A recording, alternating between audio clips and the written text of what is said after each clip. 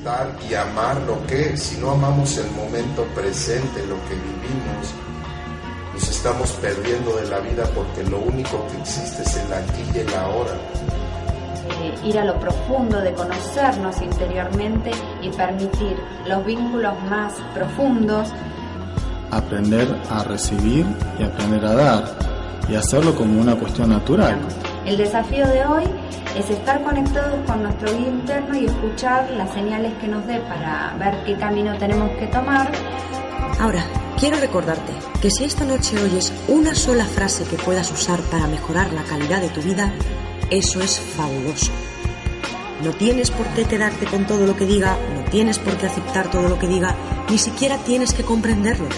El enlazador lo que nos pide o lo que nos trata de enseñar es el desapego, el soltar, ser felices, el fluir. agradecer lo que tenemos, no estar pensando en lo que nos falta para ser felices.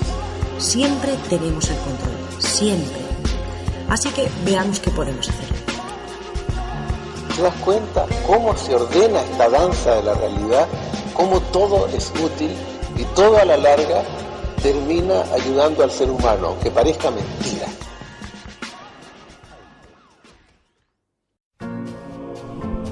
Escribir el mundo que soy, mi constelación, mi universo. Si escribes, creas, porque la escritura es creadora, es terapéutica y un misterio.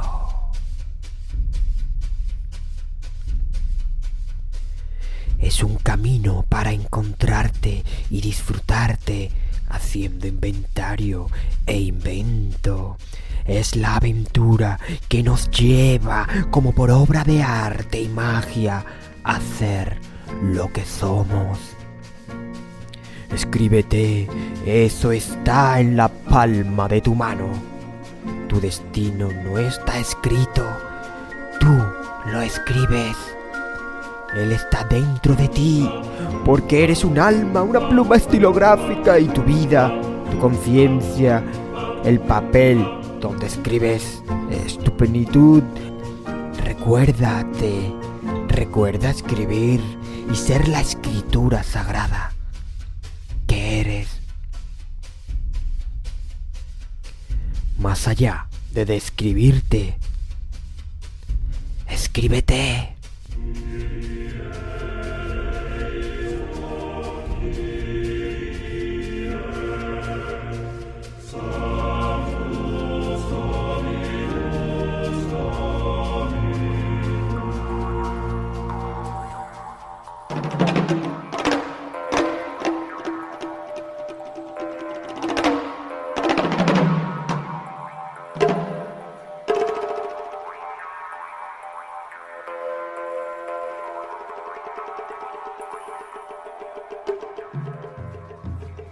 Hola, muy buenas a todos.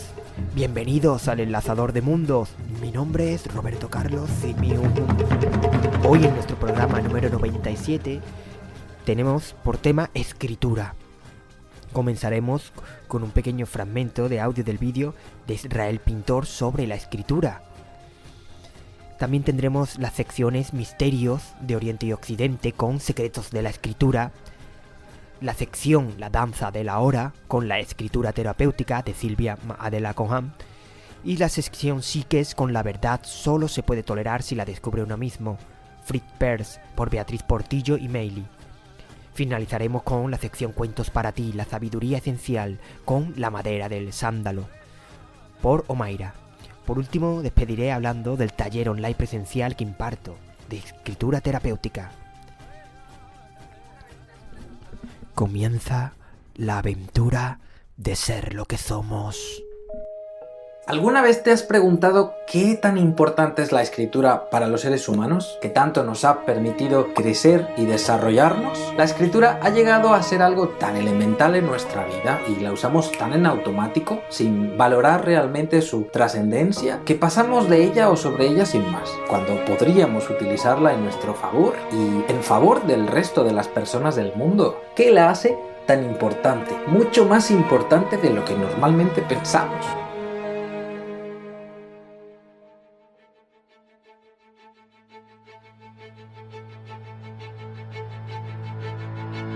Desde las vías de salvación ascéticas, de renuncia pregonadas por la práctica del hinduismo, hasta las numerosas corrientes que han influido en torno al tronco filosófico del budismo, las doctrinas que han sido cultivadas durante milenios en tierras de Asia, poco a poco han ido calando a fondo en el pensamiento occidental y como una ley natural que conduce a un eterno retorno, los misterios de Oriente comienzan su lenta pero firme apertura hacia las tierras de Occidente. Así tampoco resulta extraño que cada vez más una visión menos ortodoxa sobre la historia de la humanidad comience a ser investigada. Un análisis transgresor que permite analizar, estudiar y aprender algo más sobre la historia oculta e ignota de la humanidad. Fórmulas mágicas que llegaron a ser científicas, poderes ocultos que pudieron ser revelados, enigma de otros mundos que se dibujan en áridos desiertos. En Misterios de Oriente y Occidente.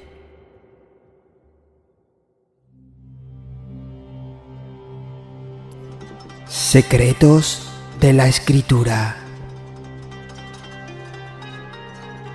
Hace casi 6.000 años la humanidad inventó un método para conservar los conocimientos: la escritura. A partir de entonces, las posibilidades de reproducción se multiplicaron. Mediante signos grabados en tablillas de arcilla, símbolos dibujados en piedras y finalmente letras escritas en libros, los autores podían hablar con sus coetáneos alejados y con los de generaciones futuras. El lector y escritor podía superar los abismos del tiempo y tenía acceso a los conocimientos y fantasías de épocas pasadas. Quienes sabían escribir se convirtieron en magos capaces de fijar la palabra hablada y por tanto pasajera para la eternidad. Y lo que todavía es más importante, eran capaces de transmitir a sus paisanos y sus sucesores la palabra de Dios. Nada más natural, por tanto, que los signos de la escritura se convirtieran a su vez en símbolos sagrados que parecían irradiar un aura mágica para todo el mundo.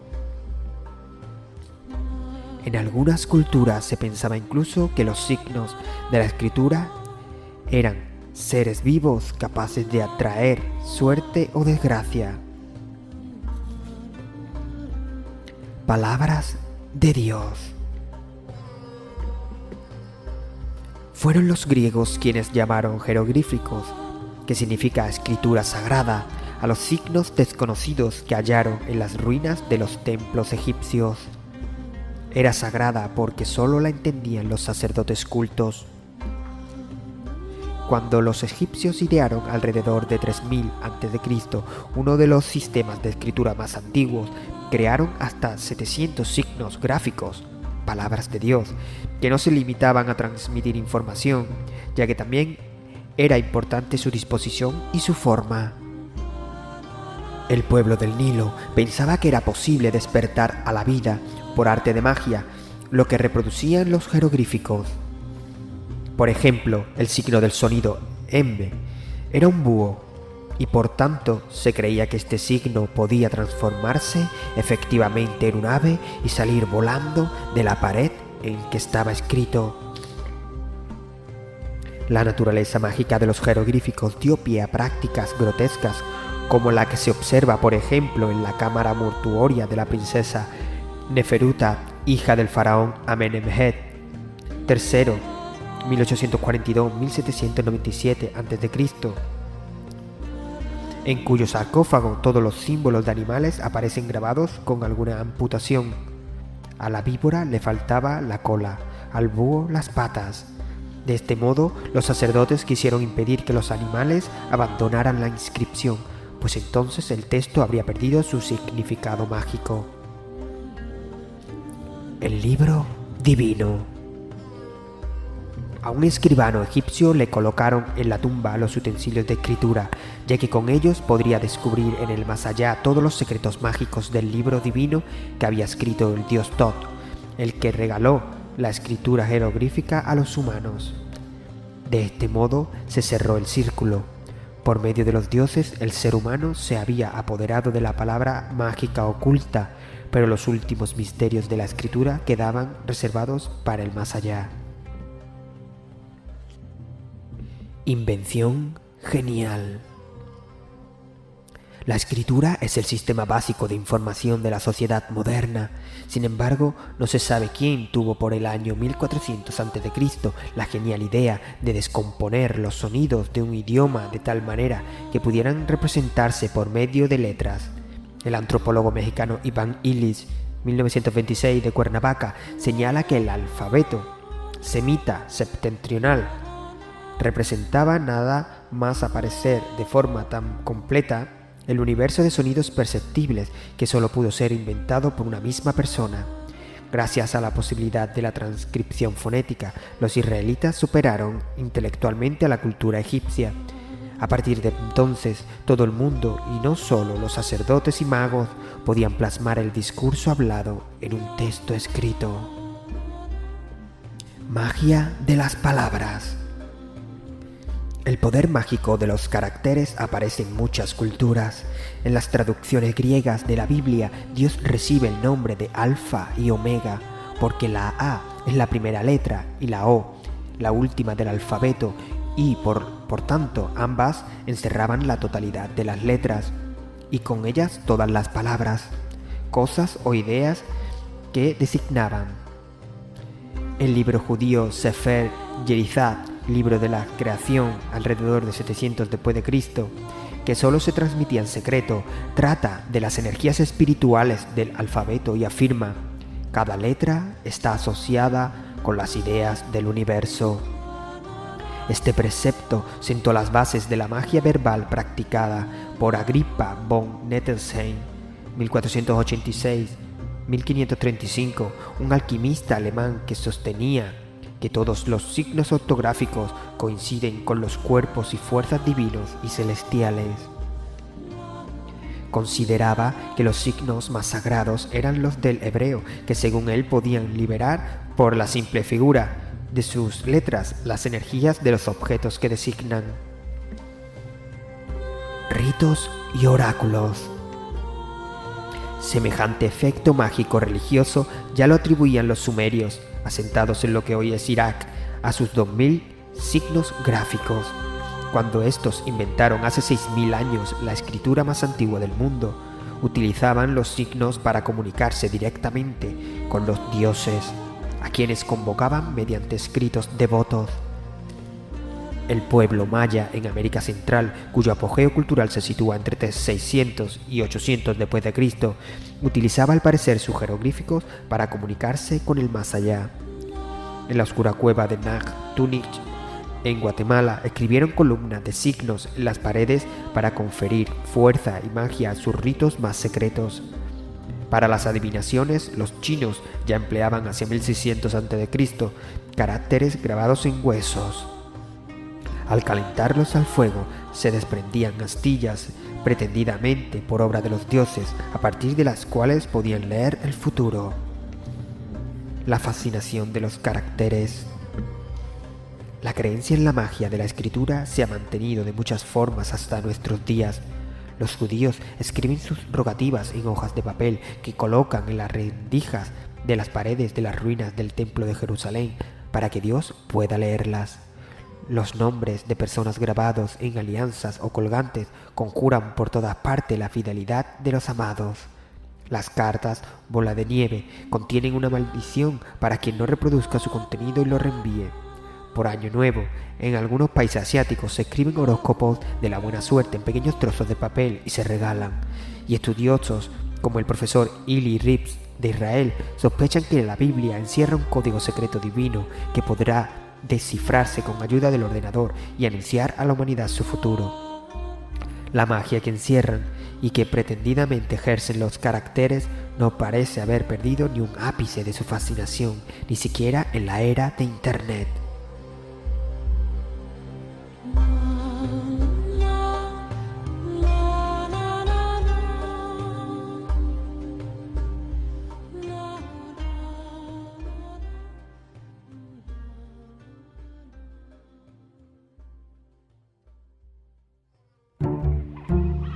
La danza de la hora.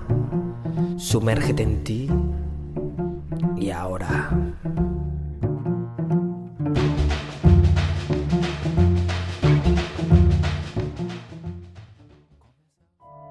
La escritura terapéutica.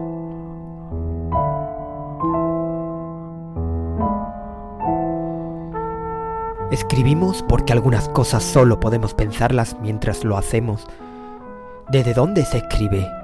Desde la sombra, desde el miedo, desde el borde del camino. Escribir es imaginar ese camino para que exista. Escribimos para quitarnos imágenes dolorosas, para asentar un hecho extraordinario, para plantear un problema, para aceptar la ruptura de lo perfecto o de lo que uno cree perfecto, para atravesar un túnel, para trascender. A medida que escribes, los pensamientos se enlazan con la emoción y algo cambia en la vida personal y en la creación literaria. Que alguien cuente el drama que vive y unos párrafos más adelante se encuentren con una idea que no se le ha ocurrido antes y que lo aleja cada vez más de su malestar parece un milagro. La escritura es un lugar en el que puedes aposentarte, explayarte, confesarte, un mapa de emociones, de caminos a desandar y a descubrir.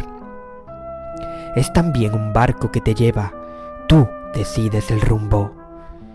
Escoge tu lugar, aclara un dilema, encuentra respuestas, transforma el miedo, diseña tus metas. Podrás soñar, enamorar, atreverte a pensar, descubrir lo que piensas, mitigar el dolor, corregir la realidad, combatir la angustia, arriesgarte a decir, conmover, ser un dios o una diosa, sacar más provecho de la vida, ser otra u otro. Ten paciencia, confía, es una inversión a largo plazo. Escribir para vivir mejor. Escribe esas cosas que quisieras decir y no dices, lo que no acabas de entender, lo que sabes, lo que no sabes, los pensamientos que interrumpen y molestan, lo que deseas o les deseas a los demás. Hacerlo exige coraje, pero proporciona un gran bienestar. Alivia la pena, la impotencia, la ansiedad. No solo es un acto mágico para sentirse, para saberse, para encontrarse y entenderse a uno mismo, sino para percibir las posibilidades de un suceso. No hay nada imposible si eres capaz de intentarlo. Hazlo escribiendo cuando lo necesites y leyendo lo que necesites. Resulta terapéutico de modo consciente o inconsciente. Es más que decirlo. Escribe como quisieras ser y descubre cómo eres. Una vez que hayas escrito todo lo que sepas, seguramente sabrás más. La escritura es tu hogar, te cobija, lo compartes o te recluyes ahí. Circulas entre sus líneas, dejas entrar a quien quieres, puedes abrir las ventanas, espiar lo que ocurre fuera. Es una válvula de escape. ¿Por qué? Cuando escribes estás al servicio de tus ideas y de tus sentimientos. ¿Qué mayor beneficio puedes tener? Tanto si lo haces solo para ti o para el público, la escritura te ayuda a estar mejor contigo mismo. Somos como un baúl repleto de trastes y de tesoros. Nos asombramos de nuestras respuestas y nuestras reacciones. No conocemos bien nuestro potencial. Escribir es perseguir nuestras huellas. Cuando más adelante lo lees, sientes que tú mismo te tiendes una mano. Escribirlo es más que decirlo. Escribir sin limitaciones y sin frenos revela lo que uno no sabía de su propia biografía y permite encontrar la propia voz. Permite que circulen las ideas, que se reacomoden los pensamientos. Procesa los interrogantes, los miedos, las insatisfacciones, los dolores, pero también las alegrías, las expectativas, las satisfacciones, y reconoce los deseos. Te escuchas y escribes, o escribes y puedes escucharte. Deshaces grumos. Escribir es pasártelo bien contigo mismo. ¿Cómo? Son muchas las maneras que la escritura adopta y todas sirven. Una lista de palabras, un email, una novela, un artículo, una notita, una carta a los hijos, a los padres, a amigos o un interlocutor imaginario. Abren las compuertas de tus zonas privadas a las que de otro modo no llegarías y ponen en movimiento las zonas dormidas.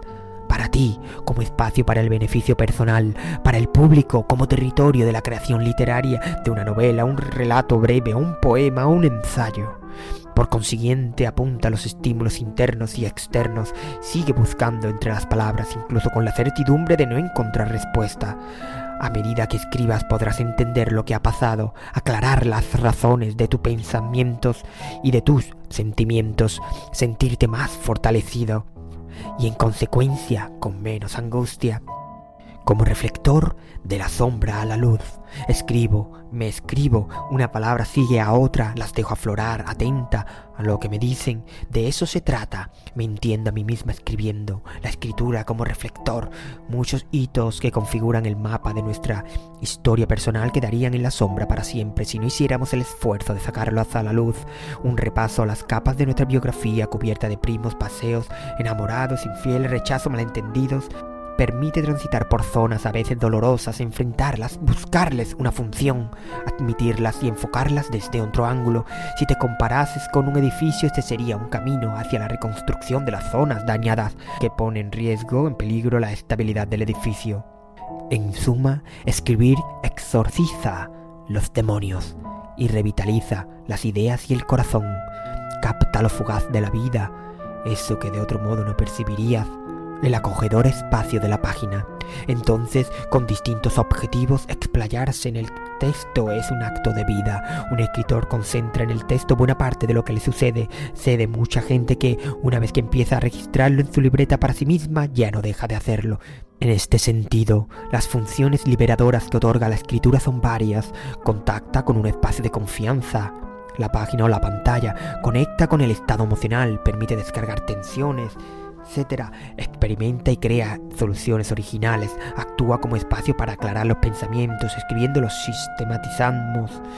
Al leerlos suele abrirse alguna compuerta desconocida, es un trampolín para atreverte a poner en escena el mundo interno y un puente consigo mismo y con los demás.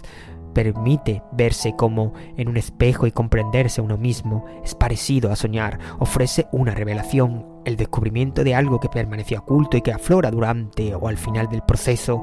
Es un efectivo método curativo para el cuerpo. Permite transformar en material creativo las obsesiones y los fantasmas. Recurrir a los apuntes en lugar de exprimir la mente. Ser leído y reconocido. Si te sientes incomprendido, mediante la escritura puedes aclararte, destripar el desaliento y diluir la ansiedad. Modos de sacar provecho de la escritura. Los poderes liberadores, analgésicos y reconstituyentes de la escritura hacen su efecto si se les dedica algún tiempo más o menos constante y cierto esfuerzo de sinceridad. Es cuestión de desprender las capas de la cebolla explorando sobre ellas hasta el final, resistiendo aunque lloren los ojos. Esto que dice Lilian Hellman se puede aplicar a las ideas que subyacen en nuestra biografía, tal vez las más auténticas.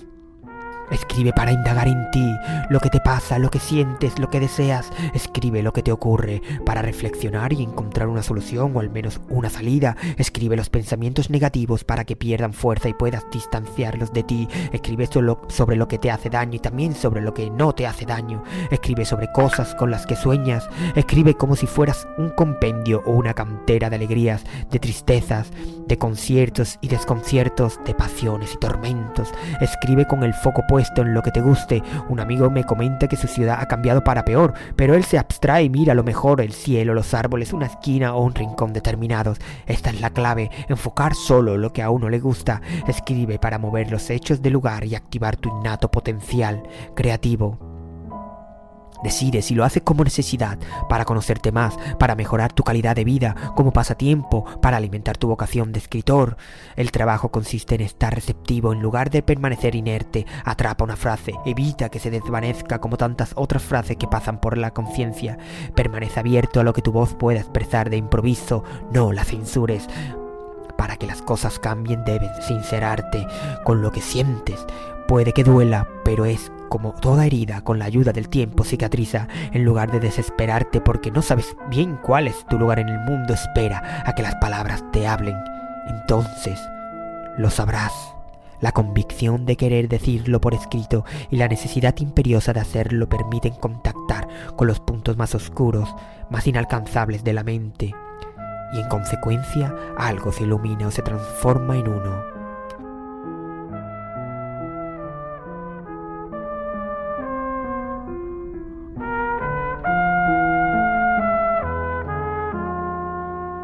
Fragmentos del libro La escritura terapéutica. Silvia Adela Cohen.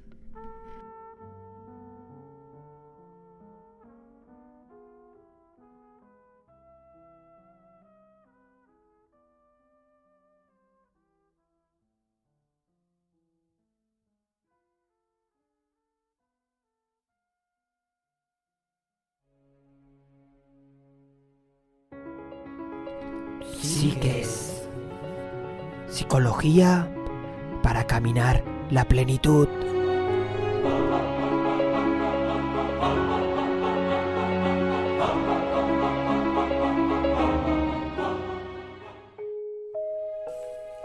La verdad solo se puede tolerar si la descubre una misma.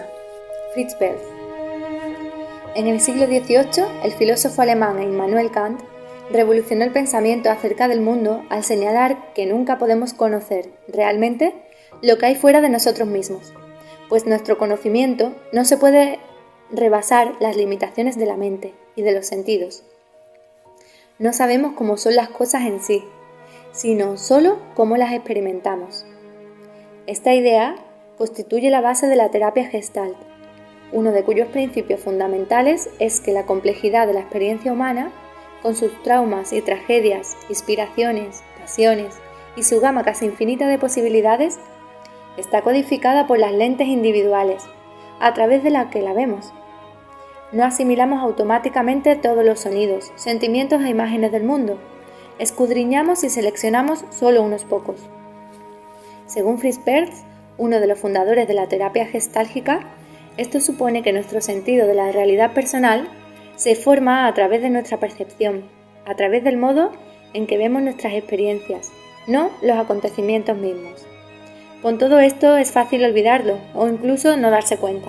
En este sentido, Perls dice que tendemos a confundir nuestro punto de vista sobre el mundo con la verdad objetiva y absoluta, en lugar de reconocer el papel de la percepción y su influencia en la información de nuestra perspectiva, junto con todas las ideas, actos y creencias que de ella surgen. Según Perls, la única verdad que se puede llegar a poseer es la propia y personal. Aceptar la responsabilidad. Perls desarrolló sus teorías en la década de 1940, cuando predominaba el punto de vista psicoanalítico, según el cual la mente humana se podía reducir a una serie de pulsiones biológicas que esperaban satisfacción. Este enfoque le parecía a Perls demasiado rígido, simplista y general. No dejaba lugar a la experiencia individual, que para él tenía una importancia capital. Los psicoanalistas no permitían a sus pacientes reconocer y asumir la responsabilidad de crear su experiencia. El modelo psicoanalítico da por sentado que los pacientes están a merced de sus conflictos inconscientes, hasta que llega el psicoanalista para salvarles de sus pulsiones inconscientes. Perls, en cambio, consideraba fundamental que la persona comprendiera su propia capacidad creadora, que fuera consciente de que puede cambiar su realidad y que de hecho es la responsable de ello. Nadie más puede hacerlo por ella. Una vez comprendido que la percepción es clave de la realidad, cada uno está obligado a responsabilizarse de su vida, que crea, y de la forma en que decide ver el mundo. Reconocer el propio poder. La teoría Gestalt se basa en la experiencia de la percepción y las responsabilidades individuales para motivar el desarrollo personal a través del logro de un sentido de control interior. Perls insiste en que podemos aprender a controlar nuestra experiencia interior con independencia del entorno exterior. Una vez que comprendemos que nuestra percepción conforma nuestra experiencia, podemos ver cómo los papeles que desempeñamos y las acciones que realizamos son las herramientas que podemos emplear conscientemente para cambiar la realidad. El control de nuestro entorno psíquico interior nos da poder en dos aspectos: en cómo interpretar el entorno y en cómo reaccionar frente a él. La sentencia de que nadie puede hacerte enfadar más que tú mismo ejemplifica a la perfección esta filosofía, y su verdad resulta patente considerando las distintas maneras en que reacciona la gente ante un atasco, una mala noticia o una crítica personal, por ejemplo. En la terapia Gestalt, la persona se ve obligada a responsabilizarse directamente de su manera de actuar y reaccionar, sea lo que parezca que está ocurriendo.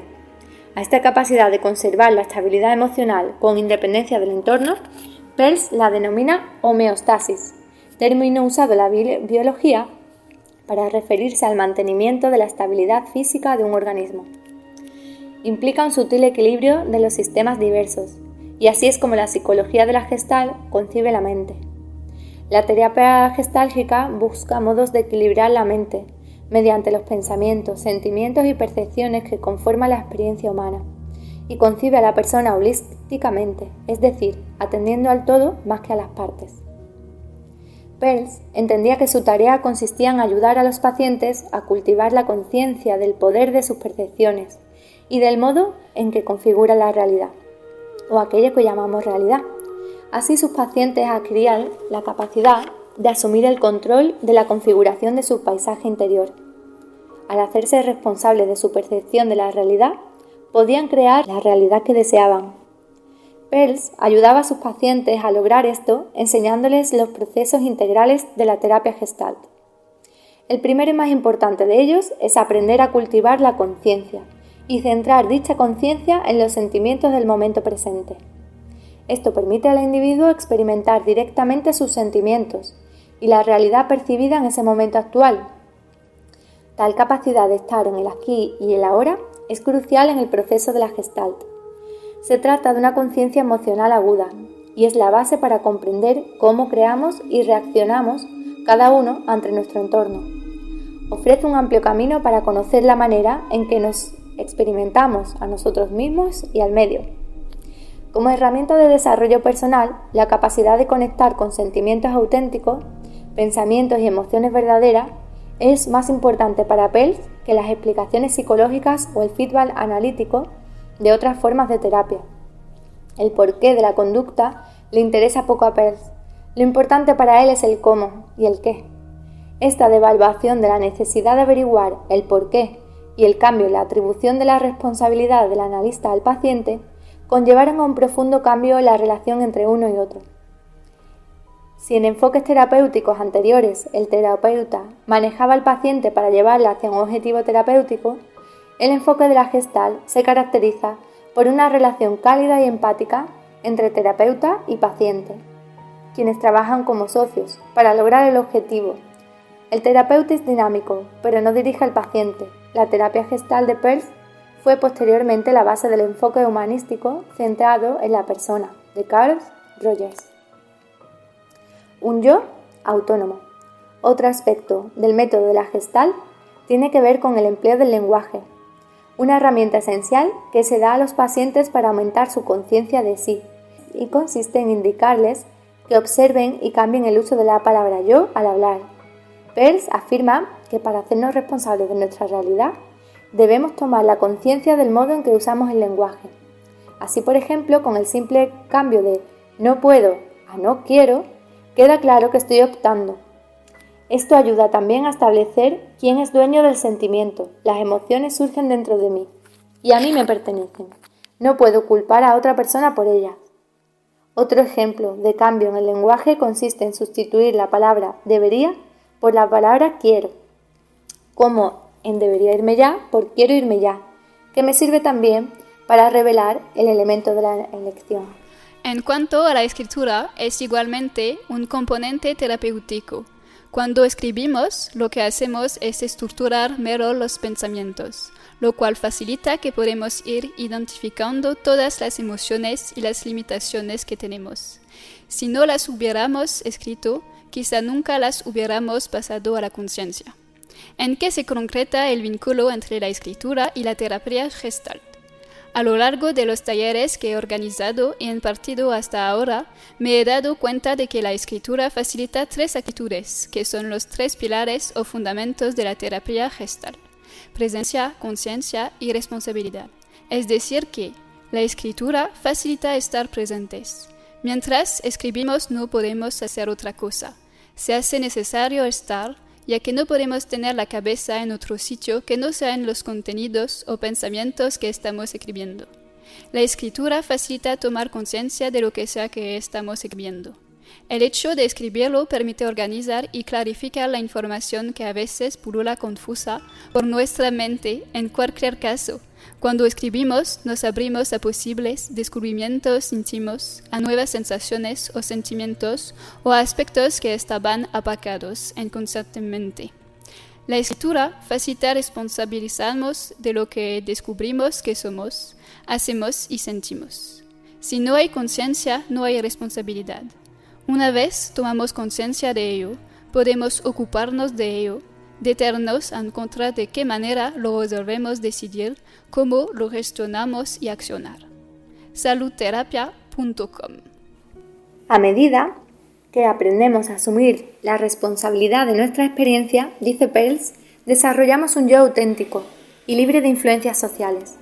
Asimismo, adquirimos autonomía y capacidad decisoria en cuanto nos damos cuenta de que no estamos a merced de las cosas que suceden. Dejamos de sentirnos víctimas cuando comprendemos lo que aceptamos en la vida y lo que selectivamente percibimos y experimentamos. Es una elección. No somos impotentes. Esta responsabilidad personal viene acompañada de la obligación de negarse a experimentar los acontecimientos, las relaciones o las circunstancias que sabemos perjudiciales para nuestro auténtico yo. La teoría Gestalt nos pide asimismo que examinemos atentamente las normas sociales que decidimos aceptar. Podemos haber actuado durante tanto tiempo dando su verdad por supuesta, que la aceptamos automáticamente. Peirce sugiere que debemos adoptar creencias que inspiren y desarrollen nuestro auténtico yo, la capacidad de dictar nuestras propias reglas, de determinar nuestras propias opiniones, deseos e intereses es algo esencial. Al ganar conciencia y responsabilidad, autonomía y conocimiento de uno mismo, comprendemos que estamos construyendo nuestro propio mundo o verdad. La vida que vivimos se hace más llevadera, pues la verdad solo se puede tolerar si la descubre uno mismo. La oración de la Gestalt, compuesta por Fritz Perls, condensa la teoría Gestalt, subraya la importancia de vivir según las propias necesidades y no pretende realizarse a través de otros. Yo hago lo mío y tú haces lo tuyo. Yo no estoy en este mundo para satisfacer tus expectativas, ni tú estás en este mundo para satisfacer las mías. Tú eres tú y yo soy yo, y si por azar nos encontramos, será hermoso. Si no, nada se podrá hacer.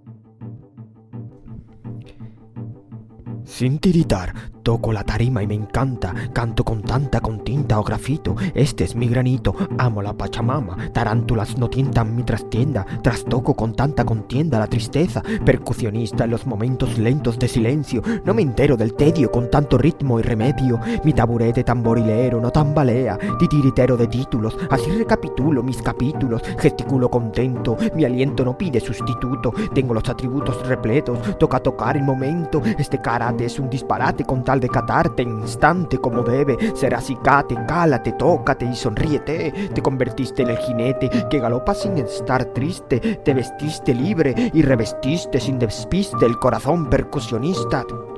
Transformativas. Mueren, se desarrollan, crecen y nacen.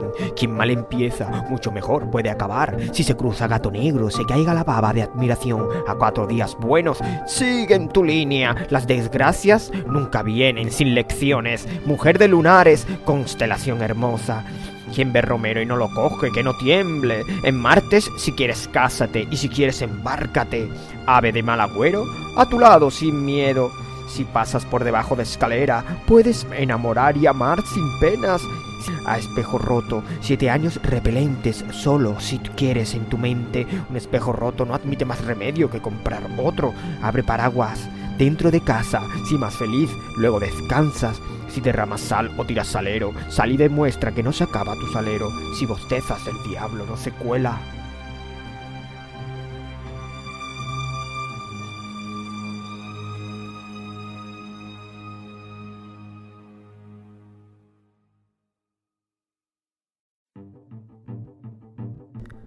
Danza universal. ¿Quién era?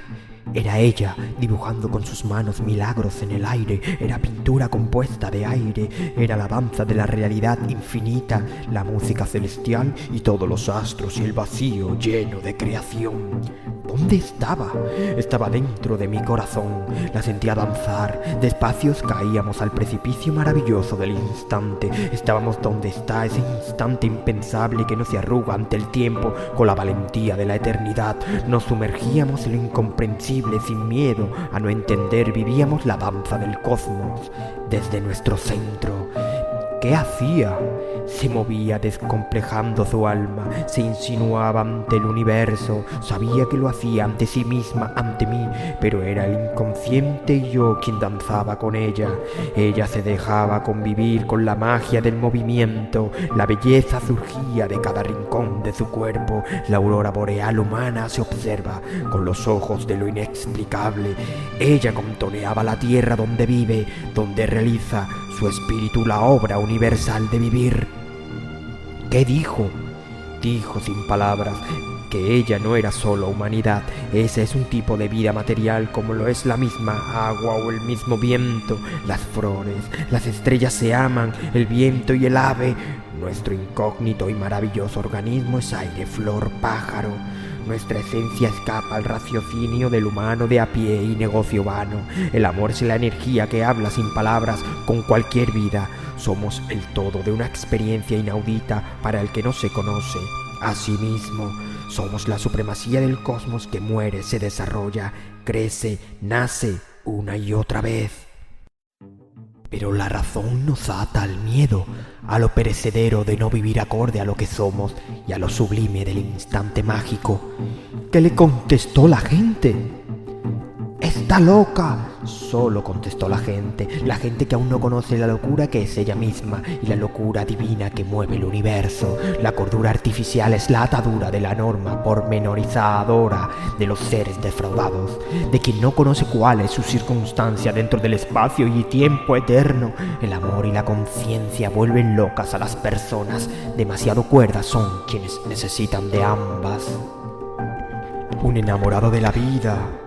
Soy un enamorado de la vida aunque no tenga lo que quiero lo que tengo. El amor es mi oculista, disfruto con mi camino. El incorrecto es el arte de huir de la sociedad, del consumir a la persona para reducir la expresión que forma olas. Voy a escuchar la caracola de mi corazonada, voy a hacer el creativo dopado de motivos. Digo, redirigir escuchándome viene de entendiéndome. Qué bueno es ser el peregrino, la peregrina que se siente brújula. Soy el corazón de mi sueño vivo, tengo cualidades sublimes, tecnointuiciones, mega pasiones, meta ilusiones, amplia confianza, rompejuicios, hiperentregas. Mi ego, inquilino sosegado. Ahora que la danza del milagro es una realidad de mundo, solo son ganas de vivir con ganas.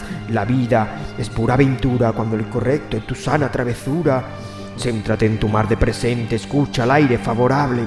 Todos nacemos príncipes o princesas. El problema es que casi siempre nos convierten en sapos mientras crecemos. Necesitamos para nuestros hijos la sabiduría de sentirse naturaleza viva hermosa, para que lleguen a sentirse planeta. Vivimos en el país de las fantásticas maravillas cósmicas. Querida, soy un diente ardiente, un colmillo diferente. Soy como el peine en el cajón del pan, tan espontáneo como decir que soy coetáneo de Cuétara. Me encantan las ensaladas de pampina al estilo Carmen. Me relamo porque no soy de tal palo ni una astilla. Soy el maestro Mutenroy a medida de hoy. Te amo, querida creatividad viva, sobre todo cuando soy el decorador de interiores, de caparazones, de tortugas. Roberto Carlos Rivera García. Veo al tocar una garza que disfruta en su ribera, en su caudal de gracia. Soy verdad astuta, La hacía mi sol. Érase una vez un alicate alicantino que retó una navaja de Albacete. Una vieja y un viejo que iban de camino fueron testigos. Exaltados dijeron que nada de trifulca o llamarían al famoso cuchillo japonés. Mensajero de la gracia, dibujante de lo sublime, quiero verte así para que dibujes en el aire 4 milagros y espantes los cuervos de la osadía negra que te impide ser lo que eres. Oficina de poesía. En la oficina suenan cucarachas doradas, la miel gotea de la impresora de mi paladar. Escribo o no escribo, soy el dueño de la comisaría. Suena la hora del delirio y no me quiero marchar. Descuelgo los teléfonos esenciales, son oportunidades, las palabras estrepitosas sin tiempo. La escritura, mi imaginación, es del secretaria que manda a regar flores al jefe agitado. El jefe no tiene parangón, sin paredes decoro la nómina. Me gusta no graparme, desde nunca espero vacación fuera de mi hamaca. Voy a remunerar el bolsillo más inmediato. Quiero con toda mi osadía un nuevo día en mi oficina de poesía.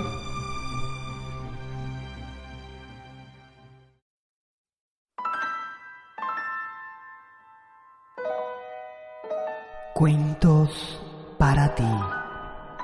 La sabiduría esencial.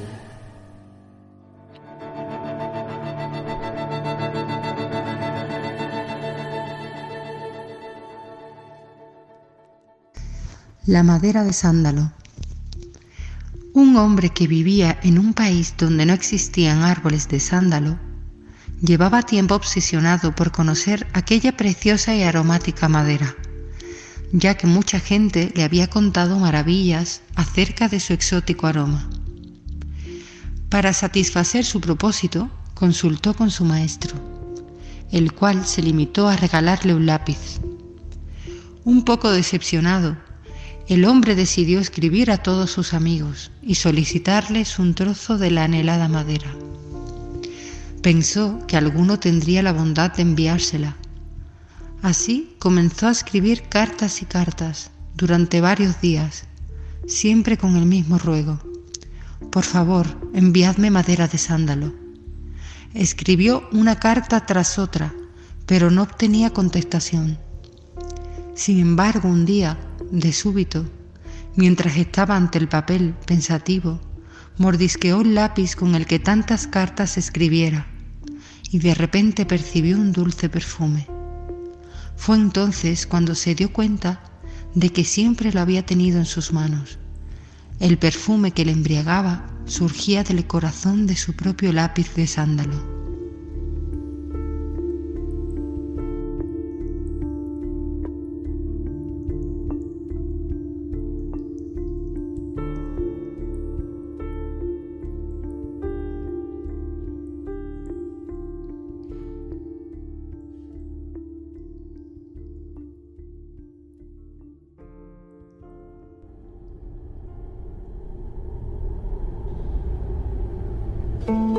Antes de despedirnos, comentarles sobre el taller que está previsto próximamente, que voy a impartir. Es un taller online y presencial de escritura terapéutica. Para más información pueden acceder a nuestras redes sociales de El Enlazador de Mundos, ya sean Facebook o Instagram. Presencial en Granada. El número de sesiones semanales es a elegir, así como el día y la finalización del taller, que es continuo en el tiempo por el número de ejercicios. En cada sesión de 1 hora y media se realizan entre 1 y 5 ejercicios, dependiendo de la persona. Contenido a trabajar. Son ejercicios a elegir por la persona en cada sesión. Sesión 1. Ejercicios para conocerse a uno mismo. 1. Soy. 2. Mis preferencias. 3. Deseos posibles y posibles. Ejercicios para mejorar la autoestima. 1. Me doy permiso. 2. Me perdono. 3. Cualidades.